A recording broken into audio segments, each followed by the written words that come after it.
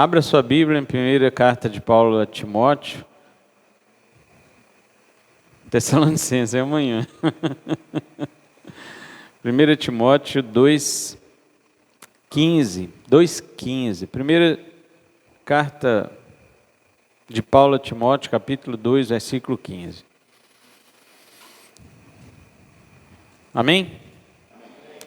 Vou ler aqui nas duas versões King James, a atualizada e a fiel.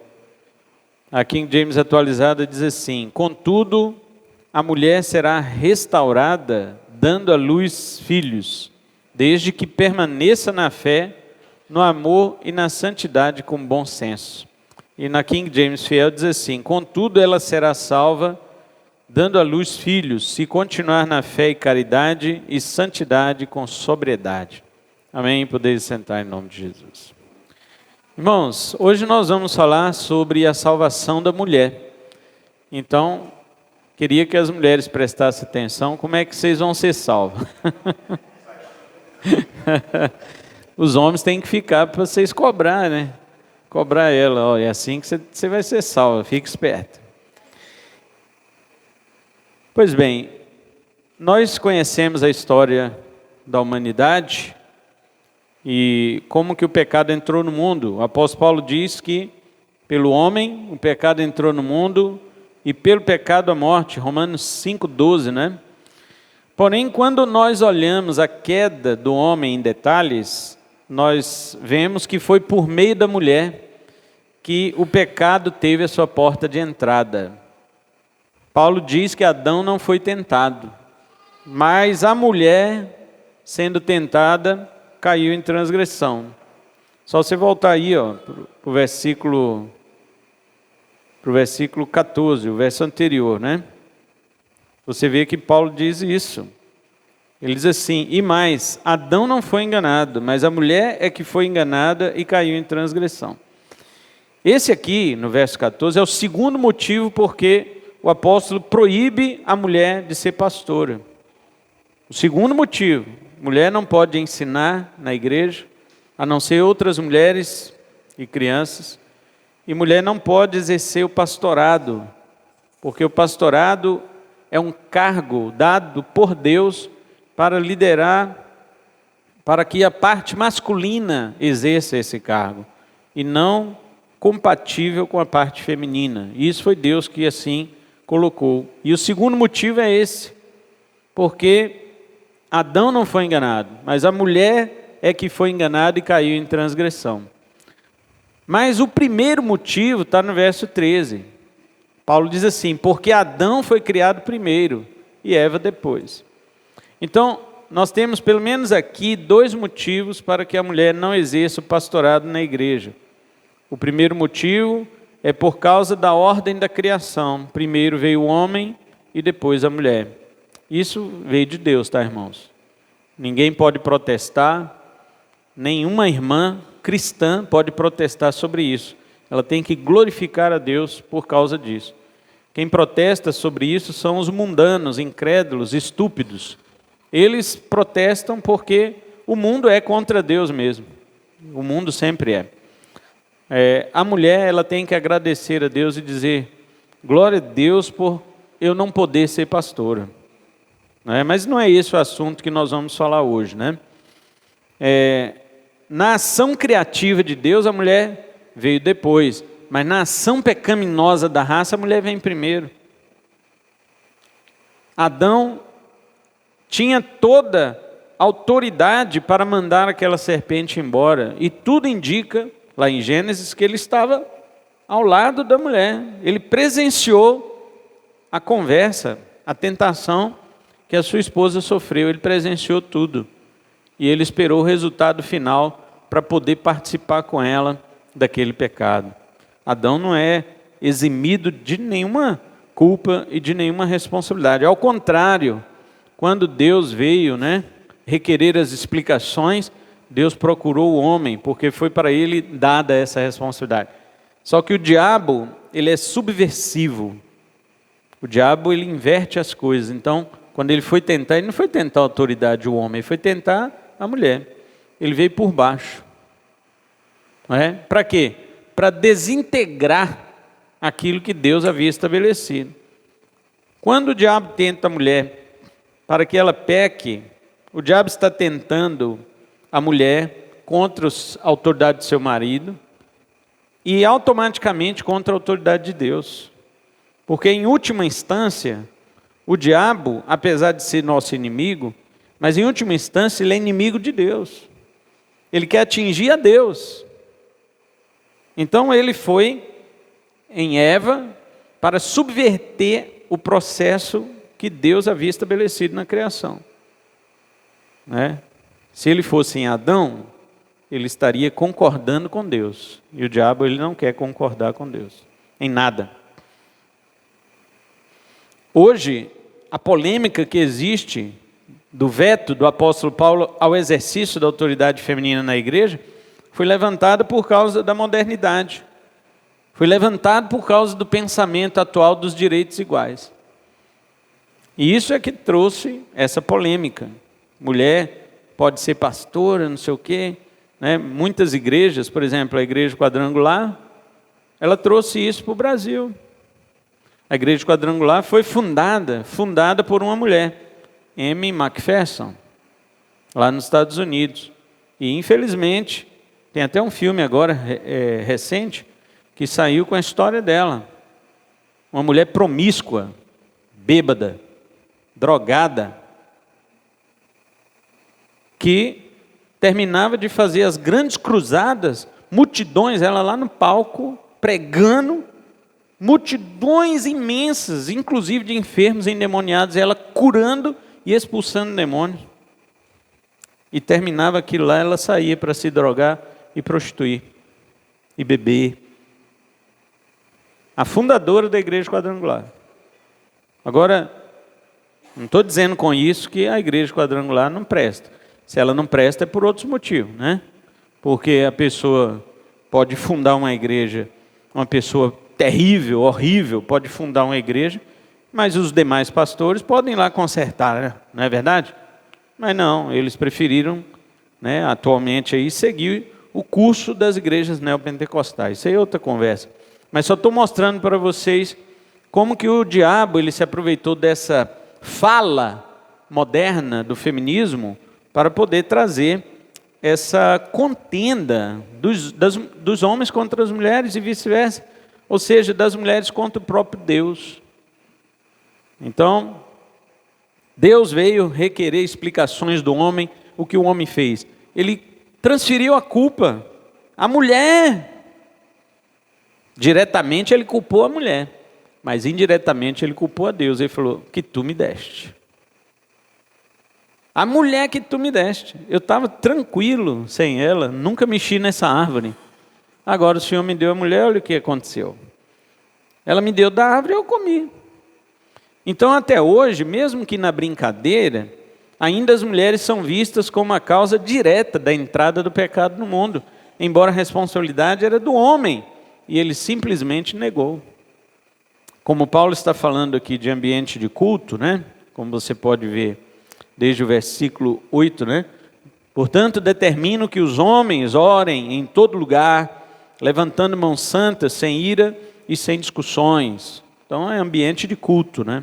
O apóstolo está falando um foco eclesiástico.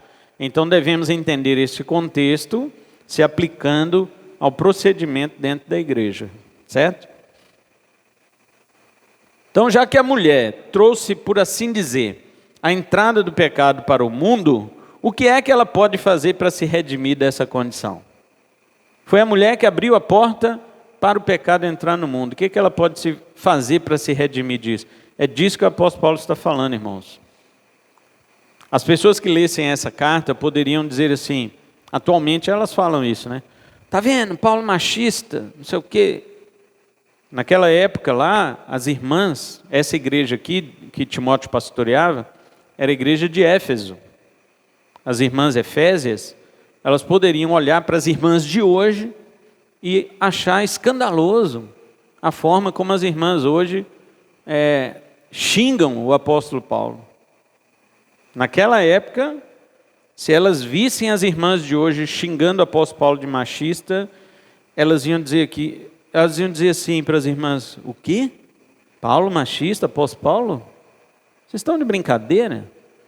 Nós não tínhamos voz para nada. Esse homem trouxe o evangelho para nós, colocou a gente reunido dentro de uma igreja, junto, homem junto, sentado com mulher, todo mundo tem a oportunidade para aprender, para falar. Nem o judaísmo, os rabinos falavam que mulher não tinha alma. Os rabinos, todo dia, quando eles amanheciam o dia, a oração que eles faziam era assim: Senhor, te agradeço por não ter nascido, primeiro, um gentil, segundo, uma mulher, né? E terceiro, tem 3 coisas que eles oravam lá, agradecendo a Deus. Eu agradeço ao Senhor porque não nasci gentil, não nasci mulher, né? E uma outra coisa que eles agradeciam a Deus, porque eles falavam: mulher não tem alma. Está escrito isso lá nos escritos judaicos lá. Agora você vê, o cristianismo trouxe a mulher para dentro da importância do reino de Deus. Paulo disse em Gálatas, né? 3:28, ele falou: em Cristo não há essa divisão de grego, de judeu, de servo, de livre, de homem, mulher, não tem. Todos vós sois um em Cristo, está vendo? Então, as mulheres de hoje, xingando o apóstolo Paulo, as mulheres daquela época, mesmo lendo isso aqui, elas iam dizer: não é possível que vocês estão dizendo uma coisa dessa do apóstolo Paulo. Então, volta a pergunta: o que a mulher pode fazer para se redimir daquilo que supostamente ela fez, né? A porta aberta para a entrada do pecado. Então, vamos lá, primeiro lugar, hein? É escravo? É. Dou graças a Deus por não nascer mulher, gentil ou escravo. Então, mas a primeira coisa que a mulher deve fazer para se redimir da sua condição é dar à luz filhos. Dar à luz filhos. Seja mãe. Então, o verso 15 aí, volta lá. Contudo, a mulher será restaurada dando à luz filhos. Veja bem. Observe que Paulo terminou o verso 14 dizendo assim: a mulher foi enganada, caiu em transgressão. Contudo, a mulher será restaurada dando à luz filhos. Então, a mulher foi enganada, depois será restaurada. Ela caiu em transgressão, ela tem que dar à luz filhos. Mas para ser salva. O que é isso, né? É uma pergunta que até hoje todos os estudiosos da Bíblia se embaraçam para responder essa pergunta. O que é que Paulo quis dizer com isso? A mulher vai ser salva sendo mãe?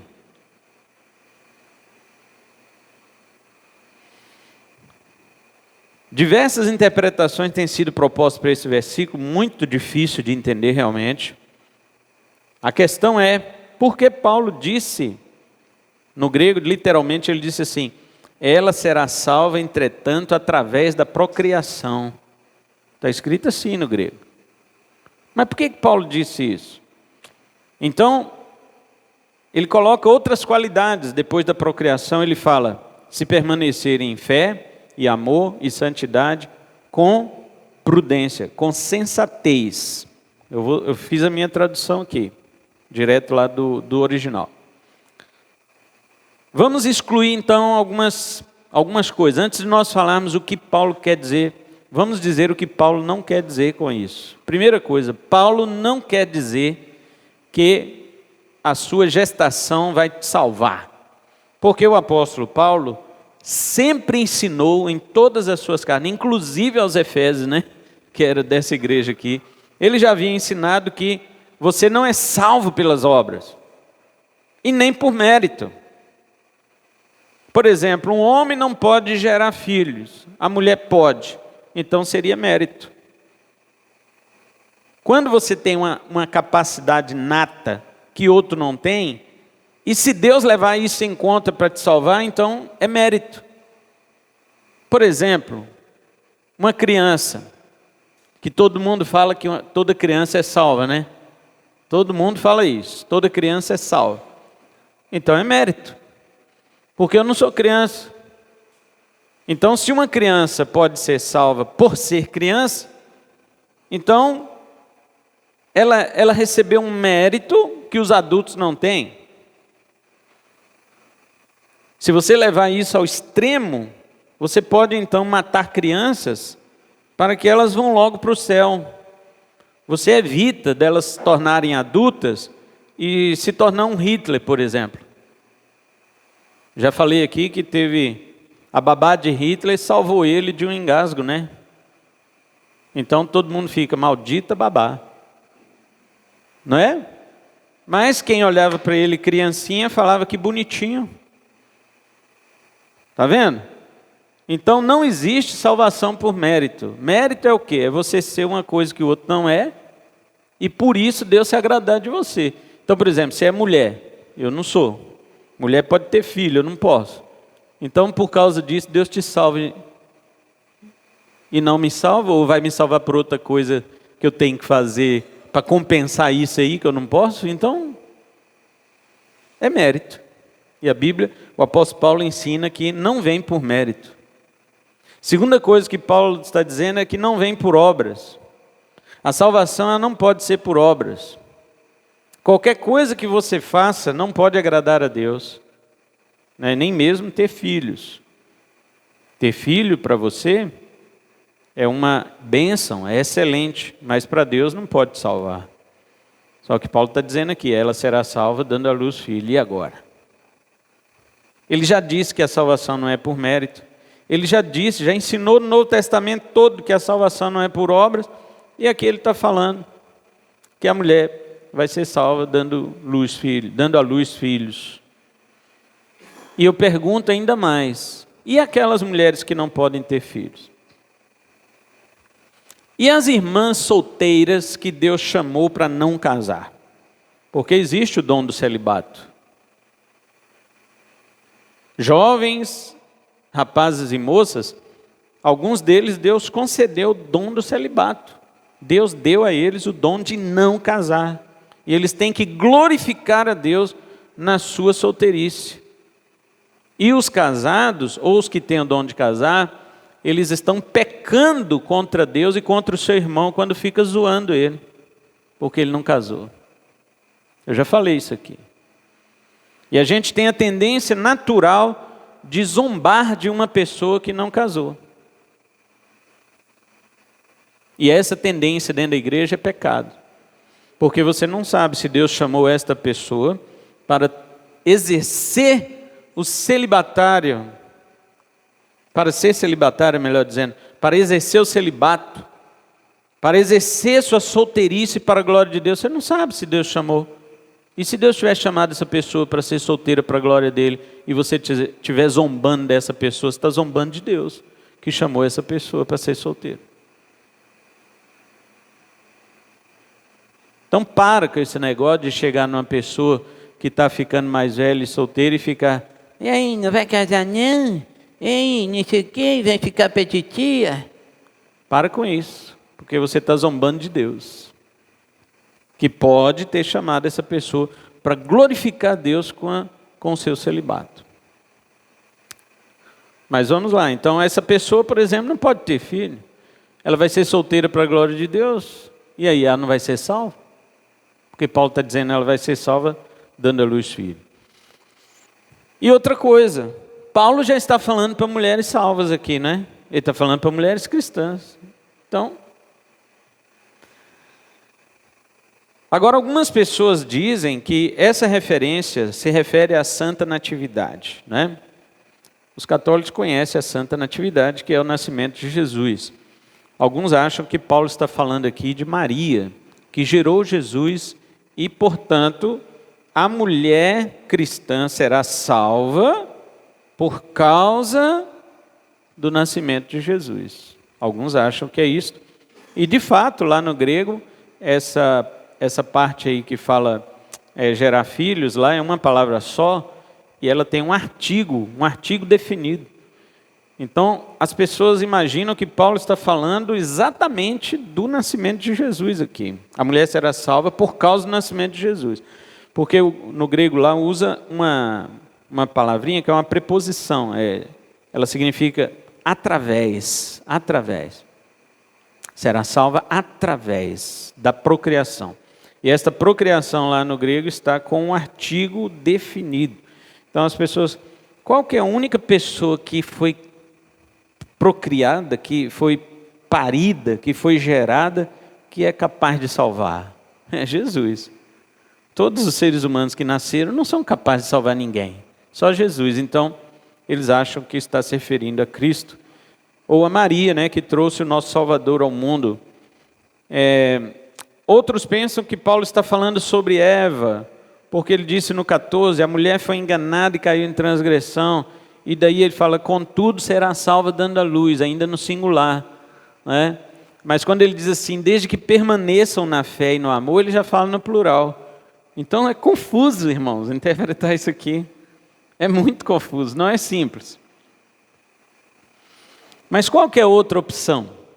A outra opção seria você considerar o verbo salvar de outra forma, que não usual de Paulo. Geralmente Paulo usa o verbo salvar com sentido soteriológico, né? Salvar do pecado e ir para o céu. Em resumo, é isso que nós conhecemos de Paulo, né? O que é ser salvo? Na cabeça do apóstolo Paulo, o que é ser salvo? É ser salvo do pecado, do inferno, da condenação e morar no céu com Jesus. Em resumo, não é isso que é ser salvo? Pois é. Agora, Paulo poderia estar usando a palavra salvo aqui com outro sentido? Algumas versões, por exemplo, quem tem a Bíblia atualizada, seja ela Almeida ou King James, vai ter outro verbo aí, né? Preservada, será preservada. Esse significado pode. O grego recebe também esse significado. Não só da salvação para o céu, mas uma preservação. A mulher será preservada, né? Algumas versões dizem isso. Seria isso? A mulher será restaurada, como diz a minha versão aqui, a King James atualizada, né? Como os irmãos sabem, Paulo costuma escrever muitos contrastes em suas cartas. Vamos agora para tentar entender isso aqui. Preste atenção. Você sabe o que é um contraste? Um contraste na Bíblia é quando um mesmo versículo ou outro próximo falam de coisas opostas para fazer as comparações. Vou te dar um exemplo. Romanos 6, 23. Paulo diz, veja bem, eu vou colocar uma palavra desse lado e o seu oposto desse, tá? O salário, tá? Salário do pecado é a morte. Vou colocar os três aqui. Salário, pecado e morte. Agora, em contraste com o salário, o dom gratuito, em contraste com o pecado de Deus, em contraste com a morte, é a vida eterna em Cristo Jesus. Entenderam? Então, do lado de cá você tem salário, aqui você tem dom gratuito. Aqui você tem o pecado, salário do pecado, aqui você tem o dom gratuito de Deus. E aqui você tem a morte e aqui você tem a vida eterna. Está vendo? Paulo sempre faz isso nas suas cartas. Olha também o que ele fez em 2 Coríntios 4,16. Ele fala, ainda que o homem exterior, exterior, vou pôr desse lado, embaixo, se corrompa, aí ele coloca do lado de cá. O interior, que contrasta com o exterior, se renova. Exterior corrompe, interior renova. Aí no verso 17 do mesmo capítulo, 2 Coríntios 4, ele fala, porque a nossa leve e momentânea tribulação, leve e momentânea tribulação, três coisas, produz para nós, leve, um peso momentâneo, eterno, tribulação, glória. Isso é contraste. Por que Paulo faz isso? Para você compreender o sentido do que ele está dizendo. Ele contrasta as coisas para você fazer as comparações. Crente, por exemplo, que reclama das suas provações, Paulo está dizendo, sua provação, por mais que ela dure, ela é leve e momentânea. Por quê? Porque você tem que comparar a sua tribulação com a glória que te espera. A glória que te espera, ela é pesada. Ela é pesada. A palavra glória no hebraico, ela tem um sentido de peso. Quando diz assim, a glória do Senhor encheu o templo e os sacerdotes não podiam ficar de pé, por causa do peso da glória. Então, Paulo diz assim, leve momentânea tribulação, peso eterno de glória. Leve peso, momentâneo, eterno. Tribulação, glória. Isso é contraste. E Paulo vai fazendo isso, e ele faz isso aqui também. Volta agora a 1 Timóteo 2 e você vai ver. Vamos lá, acompanhe comigo, deixa a Bíblia aberta aí. Versículo 9 e 10, ele contrasta a cabeleira frisada da mulher, com ouro, pérolas, vestidos caros, do verso 9, ele contrasta com as boas obras do verso 10. Acompanhe aí, irmãs. Capítulo 2, verso 9, está lá. Mulheres, o seu enfeite não deve ser cabeleira frisada, com ouro, pérolas, vestido caro, mas com o quê? Verso 10, com boas obras. Paulo não está dizendo para você vir desgrenhada para a igreja, toda descabelada.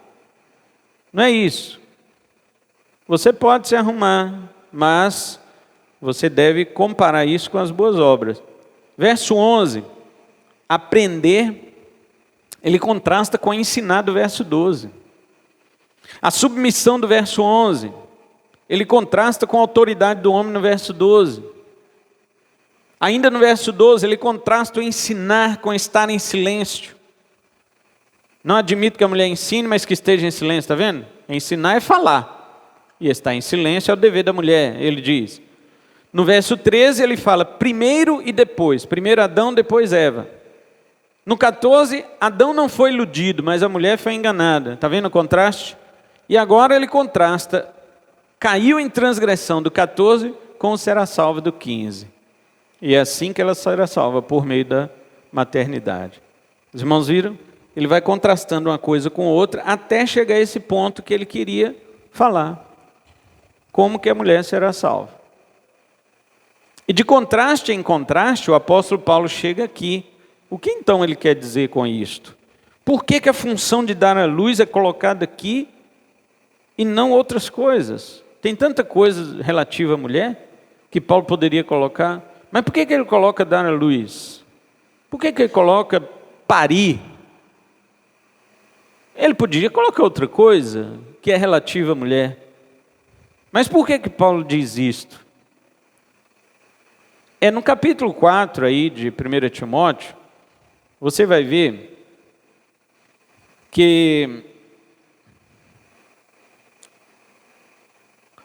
que havia um ensino, 1 Timóteo, capítulo 4. Olha o verso 3.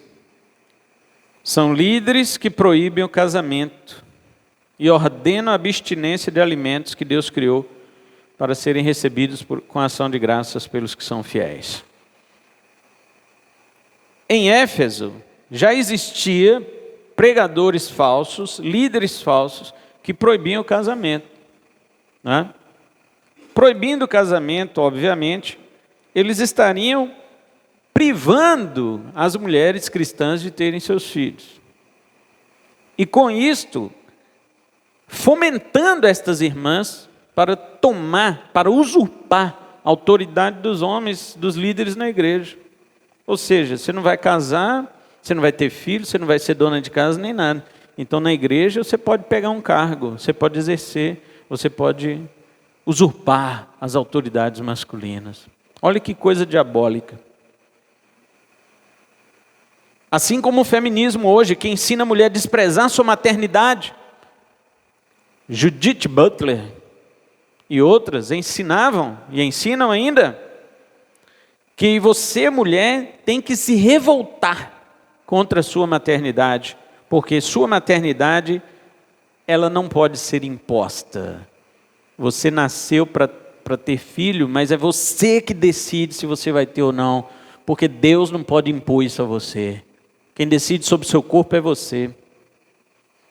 Revolte-se contra a sua maternidade, diz ela, porque sua maternidade prejudica a sua liberdade e o formato do seu corpo.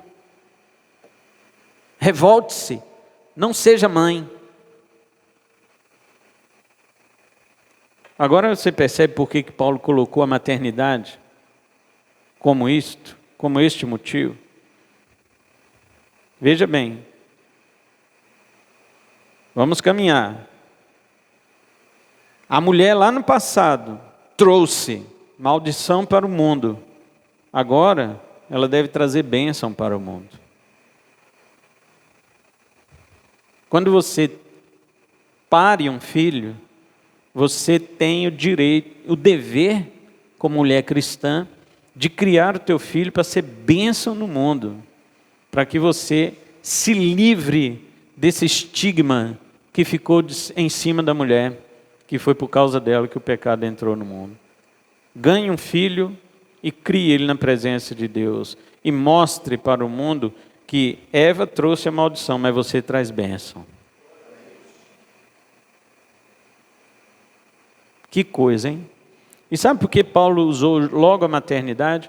Porque a maternidade é de fato aquilo que caracteriza a mulher de uma maneira única, que ninguém na humanidade, a não ser a mulher, pode fazer. E quando ela faz isso, ela está dentro do padrão para o qual Deus a criou. Ela não foge do padrão, ela está dentro da vontade de Deus. Quando ela foge da vontade de Deus, lá no Éden, aconteceu aquilo lá, porque ela tentou usurpar, ela aceitou a proposta do diabo de usurpar a autoridade do seu esposo, a autoridade do homem, a autoridade de Deus. Ela aceitou isso e virou caos. Aqui em Éfeso, as mulheres também estavam tentando ser pastoras, tentando ensinar, tentando falar, liderar, tentando isso e aquilo. Paulo diz: irmãs, fiquem em seu lugar. Fiquem em seu lugar, porque Eva já fez isso e já deu errado. Vocês vão usurpar a autoridade masculina que Deus colocou na igreja? Façam o contrário, sejam mães e mostrem ao mundo que os seus filhos serão bênçãos. Vocês querem ensinar? Ensine seus filhos. Quando eles chegarem à fase adulta, eles já serão mais ou menos pastores, eles já serão mais ou menos pregadores, porque vocês já fizeram o papel do ensino dentro da sua casa com seus filhos. Contente-se com aquilo que Deus lhe designou, de tal modo que Deus seja glorificado em sua vida. Então essa salvação que Paulo está falando aqui, não é aquela salvação soteriológica, mas ele está falando de um sentido geral. Ou seja, em vez de usurpar a autoridade masculina e cair em pecado, fique com a sua capacidade feminina e seja salva. E o que é exclusividade feminina? É dar à luz filhos. Então, procriando, a mulher já fica salva dessa mancha que trouxe sobre si de ter sido a porta pela qual o pecado entrou no mundo. Se Eva trouxe o pecado ao mundo por meio de usurpação, as crentes, as mulheres cristãs, também trariam pecado sobre a igreja, usurpando os papéis da autoridade masculina. Então não usurpe, mas aceite o seu papel exclusivo e sejam salvas. Isto é, livre dessas acusações de que o pecado entrou no mundo por causa de vocês. Mostre o contrário. Por seu papel, tragam filhos santos ao mundo e não pecado. É isso que Paulo está dizendo. Você está vendo que uma mulher cristã gerar filhos é muito mais superior e louvável e agradável do que uma mundana. Uma mundana gerar filho, provavelmente ela está gerando uma pessoa, mais um pecador para destruir a sociedade. Mais um inimigo de Deus para destruir um servo de Deus futuramente. Mais um seguidor da besta. Todas as mulheres ímpias que geram filhos descrentes estão gerando seguidores da besta e do anticristo, que futuramente vão perseguir os cristãos. Mulheres cristãs, quando geram filhos, estão gerando filhos para a glória de Deus, que vão servir o Senhor em sua santificação, em sua fé. Como diz Paulo a próprio Timóteo na segunda carta, ele fala: a tua avó Lloyd e a tua mãe Eunice, teu nome está na Bíblia, viu, Lloyd? A sua avó Lloyd e a tua mãe Eunice te ensinaram a fé que você tem hoje. Timóteo, esse aqui, ó, pastor dessa igreja aqui de Éfeso, que nós estamos lendo. Aí, está vendo o que Paulo está dizendo? Mulheres, gerem filhos para a santidade. Lloyd gerou Eunice, Eunice gerou Timóteo. E está aí, um pastor da igreja de Éfeso. Um jovem pastor, mesmo que solteiro, mas já estava lá pastoreando a igreja de Éfeso. Então, espero que vocês tenham entendido isso, sobre gerar filho. A mulher cristã, lembra que quando eu preguei em Efésios, eu sempre falava uma frase assim, o menor cristão tem que ser melhor do que o melhor ímpio, lembra que eu dizia isso? Pois é, a cristã, menorzinha cristã, que acha que não vale nada diante de Deus, na igreja, nem nada, até um filho que você ganha é muito superior àquelas ricaças lá fora que ganham seus filhos para se formarem futuramente em juízes e médicos no nosso país. Você é superior a elas, porque elas estão gerando pessoas para seguir o diabo, o anticristo, e você está gerando seguidores de Cristo. E lembre de uma coisa, mães, preste atenção, minha filha. Quando eu falo preste atenção, é uma coisa que veio aqui agora. E se eu ficar explicando isso, eu já esqueço também. Então presta logo atenção. Vocês não ficam pegados com filho não, e filha não. Porque o anticristo está chegando. E você tem que criar seu filho e sua filha para encarar esse servo de Satanás, esse iníquo, encarar ele e dizer assim, eu morro por causa do meu Cristo e do meu Senhor. E você como mãe e pai, ser capaz de olhar para o teu filho morrendo na mão desse miserável desgraçado que vai vir. E mesmo assim dá glória a Deus. Porque talvez ele não vai matar pai nem mãe, ele vai matar o filho para ferir o coração do pai e da mãe. E agora está pai e mãe negando Jesus porque meu filho vai morrer. Fica esperto, pai. Fica esperta, mãe.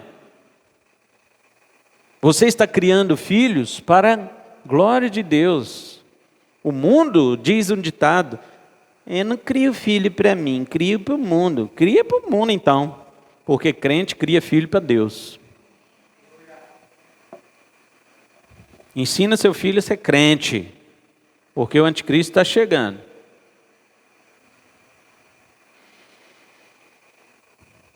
Mas para não ficar só na explicação do que é, Paulo quis dizer isso, da gravidez, né? Você já entendeu, né? Ser salvo aqui não quer dizer salva por ser mãe. Ninguém pode ser salvo por ser mãe. Mas você é salvo no sentido de você ser livre dessa pecha, né? Dessa marca que ficou aí, de que a iniquidade entrou no mundo por causa da mulher. Aí você fala, mas também por causa da mulher veio o Salvador da humanidade, que foi Maria. E por causa da mulher, que sou eu, você fala isso, né? Nós não podemos falar, mas você fala. E por causa de mim, que sou mulher, também tenho filhos para a glória de Deus. Mostra a salvação neste mundo. É isso que significa. Mas Paulo diz outra coisa. Não basta você ter filho não, mulher. Você tem que permanecer nas virtudes cristãs. Amém? O quê, moço? Você não pode ter filho. Mas, tô brincando. Você, além de ter filho, viu, mamães? Além de você ter filho, você tem que permanecer nas virtudes cristãs. Não basta ter filho, não.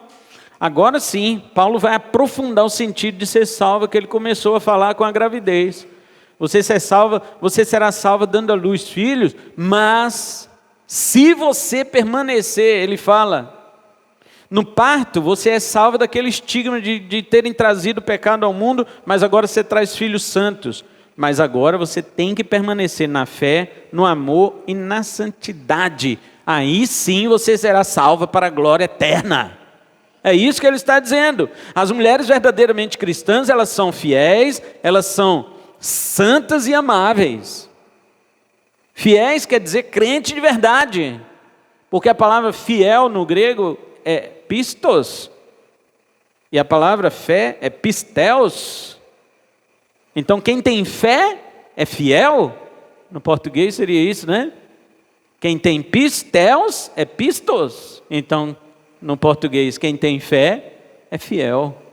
A gente fala crente, né? Quem tem fé é crente, mas no grego é fiel. As mulheres cristãs, Paulo diz, devem ser fiéis, ou seja, permanecem na fé. Segundo, elas têm que ser amáveis, ou seja, elas amam conforme a Bíblia ensina. E terceiro, elas são santas. É o que o versículo está dizendo. Agora, na frase grega, essas três palavras estão em conexão direta. Não está dizendo assim que você tem uma fé separada do amor e separada da santidade. No grego é uma frase só para as três palavras. Ele está dizendo assim que se permanecerem na fé e amor e santidade, as três coisas andando juntas, ou seja, uma fé que tem amor e santidade. Que tipo de fé é esse, irmão? Que tipo de fé é essa fé que tem amor e santidade tudo junto? É a fé cristã, é a fé em Cristo. Nenhum outro tipo de fé pode ter amor e santidade ao mesmo tempo. Só a fé cristã pode.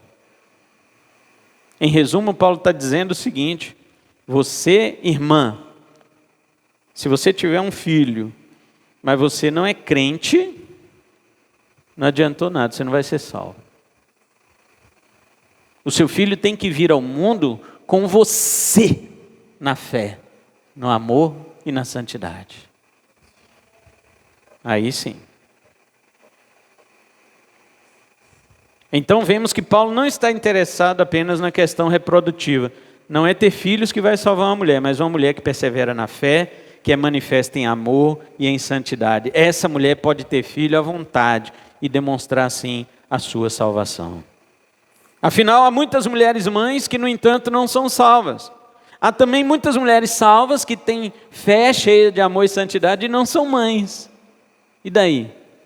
Sendo assim, as virtudes cristãs não devem ser somente exercidas, ou exibidas, mas também permanecidas. O verbo lá é o mesmo verbo que Jesus usa lá em João 15. Se vós permanecerdes em mim. Paulo está dizendo, se as mulheres permanecerem na fé, uma fé que tem amor e santidade.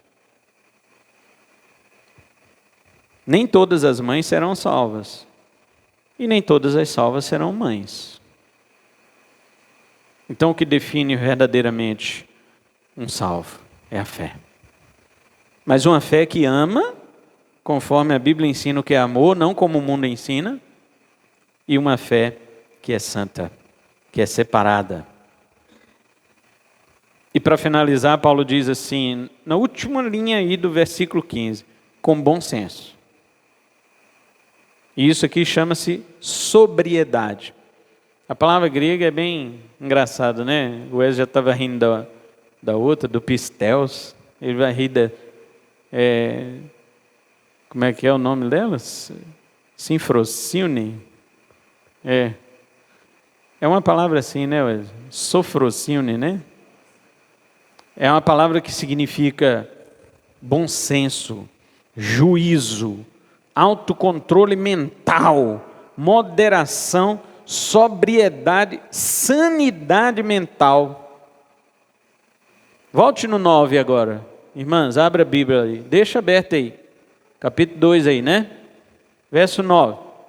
Olha o que Paulo diz no 9. Semelhantemente, recomendo que as mulheres se vistam com decência, modéstia. Olha a palavra aqui, ó. Modéstia. Essa palavra é a sofrocione, que é a mesma que ele está usando lá no último do 15, que você tenha bom senso. Como é que está na versão de vocês? No 15, na última? Bom senso? Todas? Bom senso, né? Então ele diz isso mesmo no 9, que as mulheres devem se vestir com decência e modéstia, que é a mesma coisa do bom senso, né? O que Paulo está dizendo aqui, que são coisas relacionadas a uma mente sadia e equilibrada. De fato, é recomendável que a Bíblia fale das vestes da mulher. Parece não ser de hoje que existe uma falta de bom senso. Algumas se vestem de modo desordenado, porque quando falamos de vestimentas desordenadas, as irmãs acham que nós estamos falando somente das roupas indecentes e indecorosas. Não, irmãs, não é só isso, não. Vestir-se inadequadamente e sem bom senso fala também de vestes dispendiosas. O que são vestes dispendiosas? Caríssimas. Você vê uma roupa, presta atenção, mulher. Você vê uma roupa decente, por exemplo, de R$80, e a mesma roupa também decente de R$380. Você vai lá e compra de 380 porque é de marca.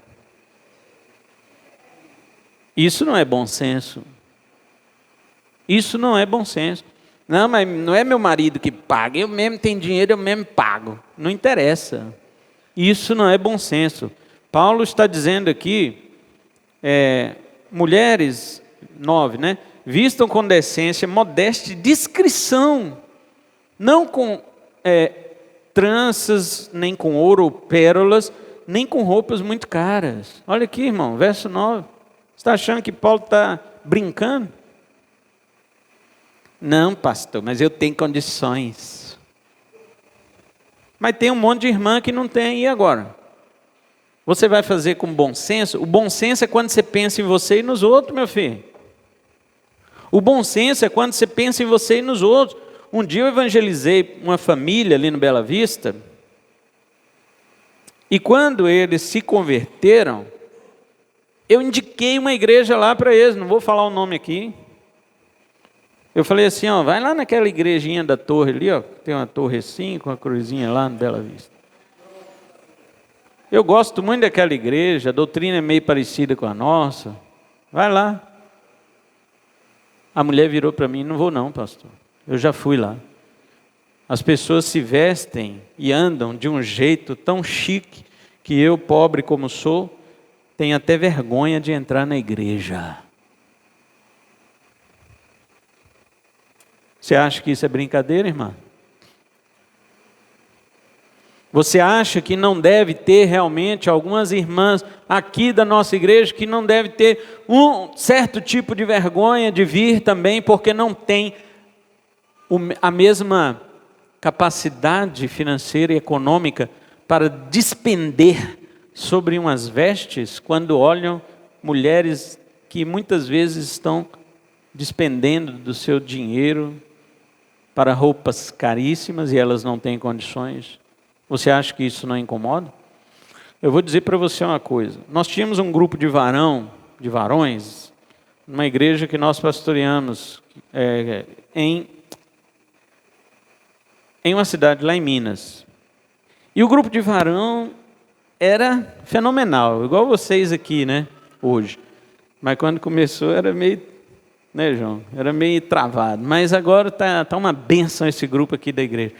Mas nós lá já começamos uma bênção, sabe? Aquela coisa de reunir de 15 em 15 na casa de um e do outro e tal. E ali no meio daqueles homens ali, tinha uns caras que eram garçons de hotel 5 estrelas. Eles sabiam fazer cada prato, cada coisa assim, espetacular. Quando a reunião era na casa deles, todo mundo ia comer aquela macarrão carbonara ao molho shoyu, tudo preparado por ele mesmo ali, né? Aquela coisa assim espetacular. E quando ia na casa do outro irmão, o irmão queria desmarcar. Ele queria desmarcar porque ele não tinha nenhum biscoito para oferecer. E aí aquilo foi minando e acabou. Você acha que isso não incomoda, irmãos? Até o irmão Marcelo veio, né, uma vez falou para mim ali na virada do ano, pastor, Marcelo é todo jeitosinho, né? Ele quer convencer você mesmo. E aí virou para mim, pastor, o pessoal está pedindo aí para fazer, pessoal, né? O pessoal está pedindo aí para fazer uma carninha assada, bem macia, bem saborosa. Eu falei, mas precisa falar isso? Todas as carnes são macias e saborosas aqui nessa igreja. E ele tentando me convencer. Aquele arrozinho bem cozidinho, bem soltinho. Eu falei, rapaz, esse cara é somebody love mesmo. Aí eu disse, não, Marcelo, cada um leva um prato, porque assim os irmãos se sentem úteis e compartilham entre si. E trouxemos no caso, né, pratos que até sobraram aqui. Para você ver, muitas vezes um irmão pobre, ele se sente mais útil quando ele pode oferecer um franguinho para você comer junto com ele, do que chegar aqui e não ter dinheiro para contribuir num churrasco maravilhoso. Embora eu sei que você dará o seu prato de churrasco para ele, mas ele não se sente bem. Ninguém tem coragem ainda. Então, finalizar. Vou voltar aqui, para as mulheres. Sejam sóbrias. Porque as mulheres devem se vestir de modo ordenado, a não chamar a atenção dos olhos para o seu corpo. Isto é, não usando roupas. Vou falar os 4 tipos de roupa que as irmãs não devem usar. Curta, apertada, transparente, decotada. Pronto. Se você evitou isso aí, você já está bem vestida. Mas eu esqueci das roupas extravagantes, dispendiosas, roupas caras. Irmão, será que quando nós estivermos numa igreja chique, porque nós vamos ter uma igreja chique, grandona, e vamos ter uma igreja explosiva aqui em Vilhena, em nome de Jesus. Mas quando nós estivermos nessa igreja, será que vocês vão ter coragem de vestir roupa simples? Ou vocês vão querer parecer com a igreja? Ou com o templo, né? Não, para ir nessa igreja chique, eu tenho que andar chique. E quer dizer que as irmãs pobres não vão poder congregar com a gente. Vocês estão vendo como são as coisas? Não, pastor, mas nós amamos, nós recebemos bem. Eu sei, meus irmãos, eu sei. A questão não é você, a questão é como ela se sente. E quem tem bom senso, quem tem sofrosíone no grego, quem tem bom senso, raciocínio, essa pessoa vai pensar no outro e vai vestir com simplicidade por amor ao outro. Nós chegamos a esse ponto já? Nós chegamos já a esse ponto? Pastor quer regular agora minhas vestes e o preço que eu gasto nas lojas. Eu não quero regular não, mas Paulo quer. E Paulo é apóstolo. Eu não sou.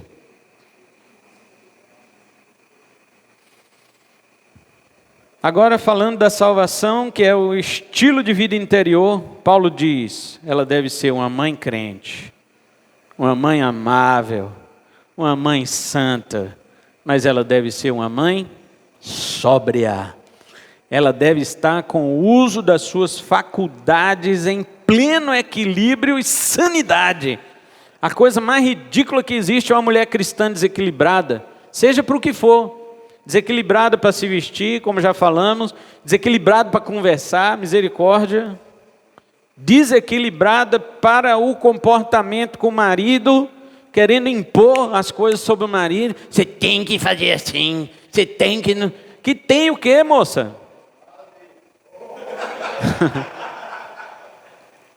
Querendo, sabe, falando mal do seu marido, por fora aí. Irmã, presta atenção na vida, minha filha. Obrigado, irmão. Eu já ia pedir aqui que tá caindo neve aqui no meu.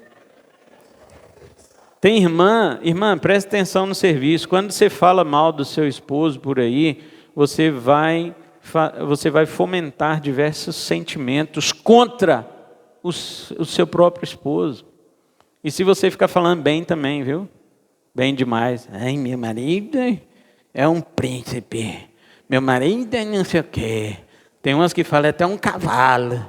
É umas besteiras que vai falando para os outros. Aí daí a pouco tem irmã interessada no seu marido, essa besta.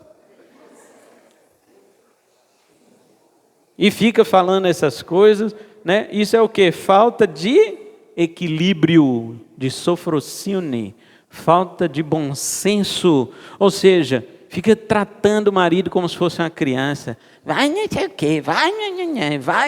Gente, né?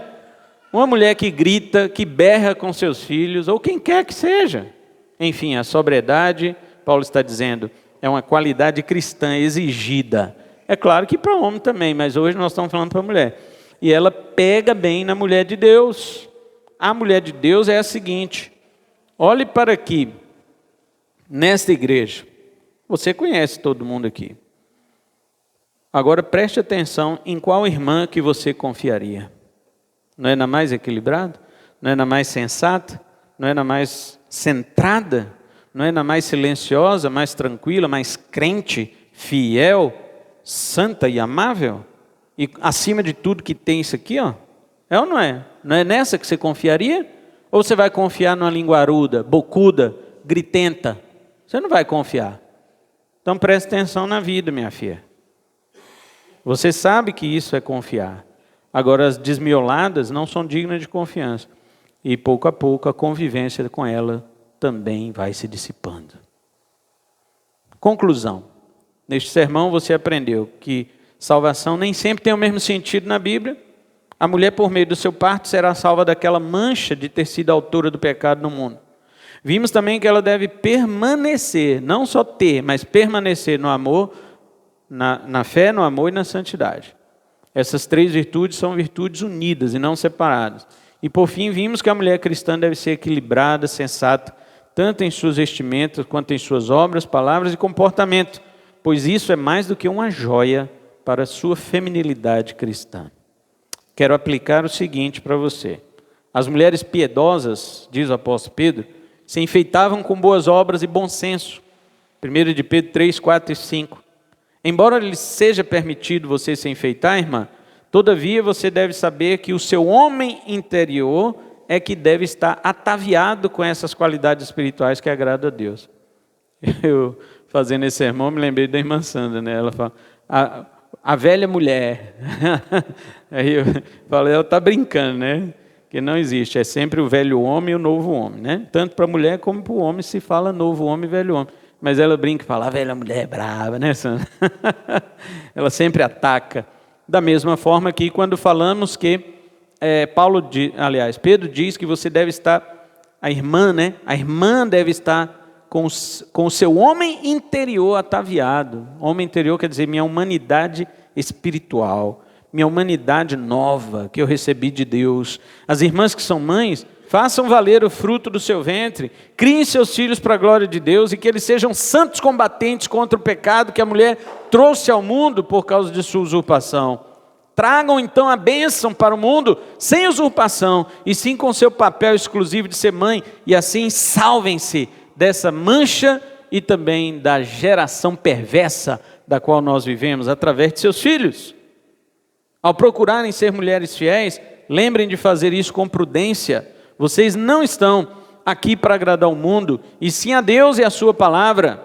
Não deixe o mundo, a moda e outros moldes determinarem os seus gostos e preferências, irmãs. Vou vestir isso porque está na moda. Mas se a moda não agradar a Deus, o que você vai fazer? Vai seguir porque o mundo segue? Dê a Deus o seu gosto e a sua preferência. E lembre-se de uma coisa pesada que eu vou dizer agora. Cristo ficou nu e exposto na cruz em vergonha e desprezo por causa de seus pecados. Então cubra seu corpo hoje com honra e decência por Ele e não o envergonhe novamente.